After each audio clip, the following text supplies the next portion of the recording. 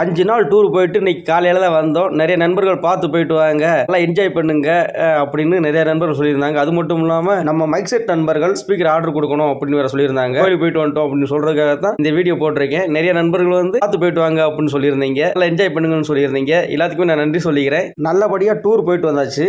நம்ம பார்த்த கோயில் பூராமேவும் வரலாற்று மிக்க கோயில் தான். கோயில் மட்டும் இல்லை, நிறைய இடங்கள் சுற்றி பார்த்தோம்.